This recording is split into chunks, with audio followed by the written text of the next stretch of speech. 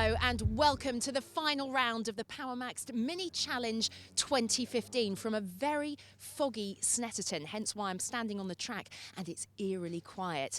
While we wait for conditions to improve, let's have a look at the drivers in action in yesterday's racing. In the Coopers, neither Ricky Page nor Mark Wakefield were able to make any progress on the championship lead held by Nathan Harrison, giving him a massive margin going into race 2. A DNF for Hamish Brandon and a class win for Neil Newstead was enough to give Neil the JCW Class Championship in race 1. David Grady led the F56 standings, but a collision with William Phillips put him down to 20th. And another victory for Charlie Butler-Henderson puts Charlie just 2 points in the lead. So let's have a look then at the results. And Butler-Henderson claiming the F56 victory from Luke Caudle and Lawrence Davey. And in the JCW's victory for Neil Newstead, giving him the championship. So, while Charlie Butler-Henderson couldn't have asked for a better race, things were not so good for David Grady, who's joining me now. David, that was pretty disastrous for you, wasn't it? Yeah, not really the start I wanted to the weekend. I have to say it was completely my own fault, really. I went for a move on the inside of William Phillips going into Murray's, and got a bit out of shape and ended up on the soggy wet grass. And when I got onto that sort of grass there, it was I was just a passenger, really. There's only a few points now because of that separating you. You still are in the lead. What are your plans? What's the strategy for this next race?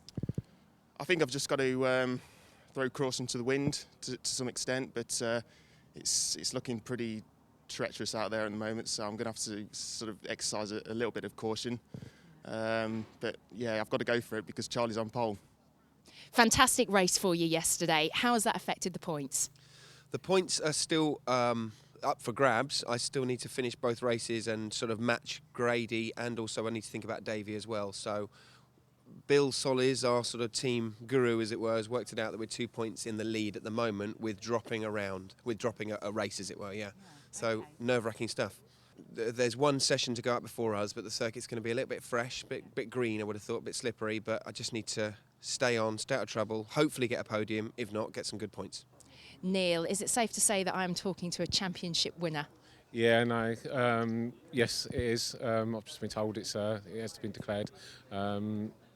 There was every opportunity for Hamish still to try and push it out till race 2. However, I see Hamish had a bit of an off, outbraked himself, and then I just needed to pull out. And I wasn't aware that he actually had a DNF, but once I got told he had DNF, I knew I'd won the championship. So yeah, very happy. After a severe weather-related delay, we are ready to go racing. As you can see, conditions remain tricky. Now, Neil Newstead in the JCWs might be out for a bit of a fun ride, but this is going to be a crucial race in the F56s for David Grady and Charlie Butler-Henderson. He's on pole. Let's get the full grid from Ben.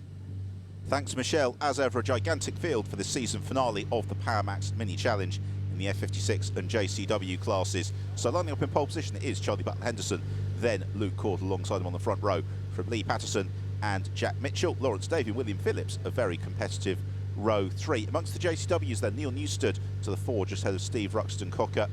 Hamish Brandon and Kevin O'Connor, plenty to do after their race 1 misfortunes. Red lights are on, out they go, and it's a good start from Caudle and Butler-Henderson. They both anticipate the lights very well as the pack accelerate towards Riches for the first time. It's Butler-Henderson who gets the advantage ahead of the yellow car. No, it's not. It's sneaking through. Lee Patterson in the red machine snatches second through Riches as they head off in the direction of the Spooky Tree and the Montreal hairpin. Everybody cleanly through, at least the first turn. It's at Montreal where they all really start to bunch up. It's Lawrence Davey just being pushed out wide in the lower reaches of the top 10 as the rest of the field sprint on towards Palmer, and there you can see the cement dust being kicked up from an earlier race. That's going to impede the visibility of some of those behind as David Grady looks to carve his way through the field. We're in car with Ben Spalog, who is somewhere just outside the top 10, looking to challenge on the brakes into Agostini. Looks to challenge the outside. The road is very full ahead of him. In fact, he's going to lose a couple of places. There's David Grady going past our camera car, and Grady needs all the places that he can gain. Meanwhile, that's Rob Smith, who is also trying to work his way up through the order.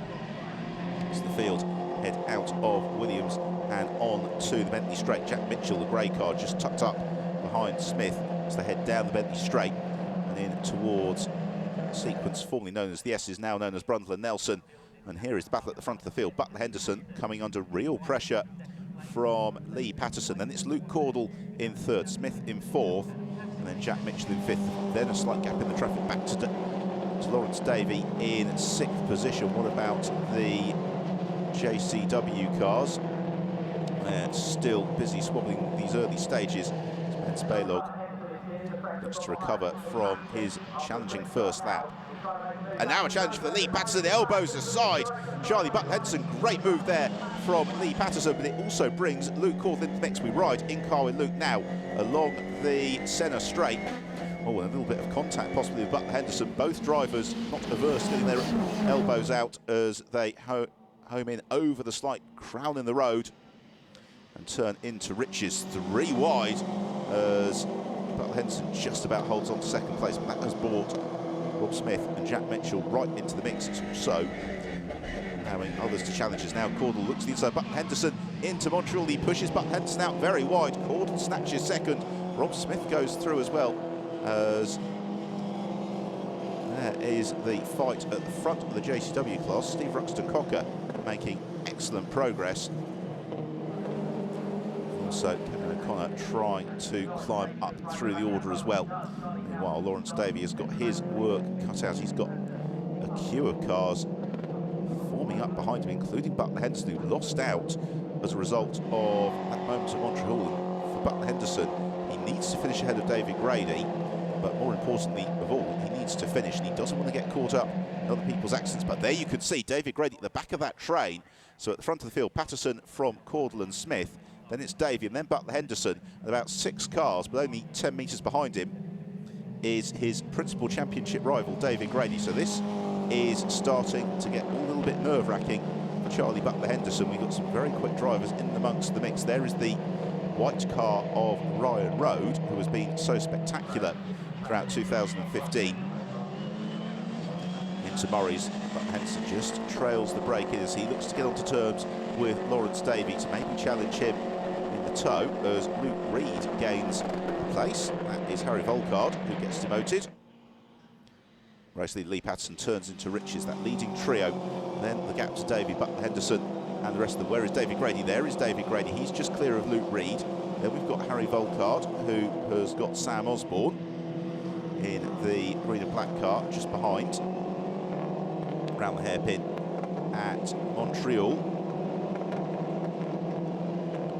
This time, no particular fanning out of positions.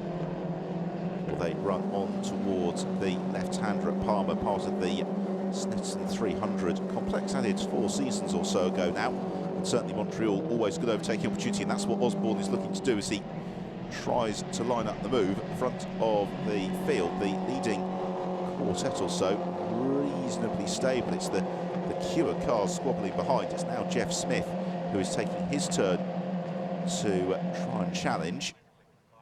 There's Patterson with Cordell just behind, then Smith, Davey, Butler Henderson, and Smith right underneath his rear spoiler, applying all sorts of pressure. This car along is Ryan Road as they turn through the bomb hole. Use the camera of the right hander and then into the foggy haze. The mist has lifted. It was very, very bad first thing for working around Coram Curve and into Murray's on the end of another lap. And the challenge, as ever in the Power Max Mini Challenge, is that because the cars are near enough identical to each other, making progress can be very tricky. Meanwhile, here's the scrap between Neil Newstead and Hamish Brandon. That's for second place in the JCW class. Steve Ruxton-Cocker has got through and disappeared.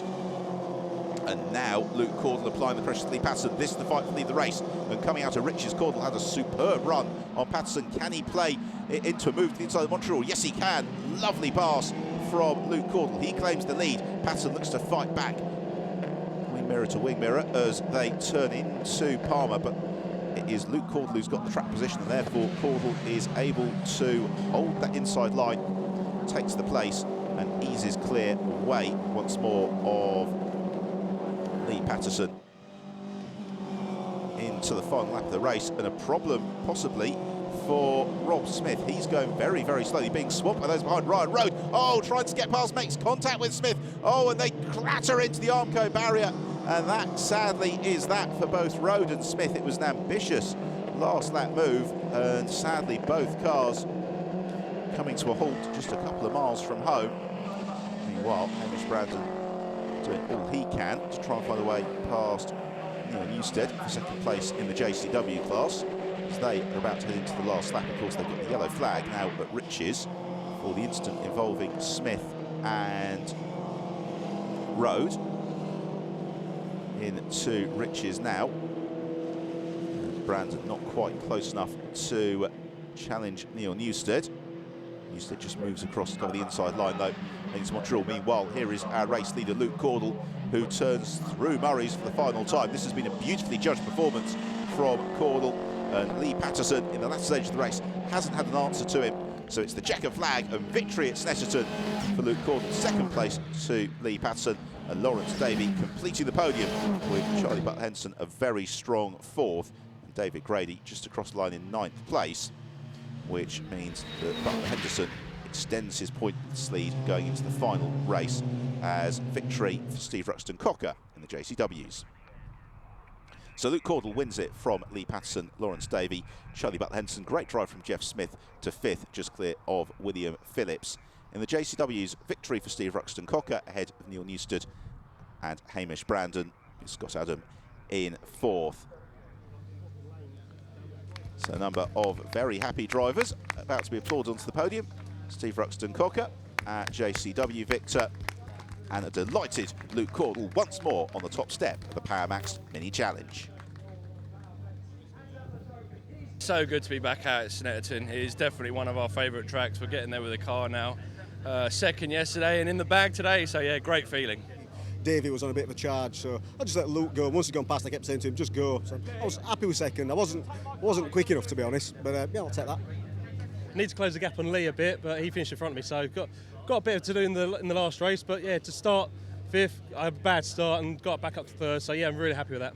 Because I know you said you were going to go out and have a bit of fun, did you? Yeah, I had a great race actually. I had a great race with Hamish. He was all over me, and I was adamant I wasn't going to let him pass, and I done my own thing really. And Steve just went off and done his own race. And, so he had the pace on the car. He got fastest lap, so I didn't let him win. So there you go. You won it in your own right. You're pleased with that? Exactly right. I'm very pleased. Yeah, I'm a better driver, so it goes without saying. So yeah, no, I'm very, very pleased. First win of the season. I'm really, really chuffed. Yeah. So, after a poor race for our two top drivers in the Gen 3 F56s, it means that there are just mere points separating them. That also means that the championship title is all down to the last race. That's coming up later on. Join us again after the break for the Coopers.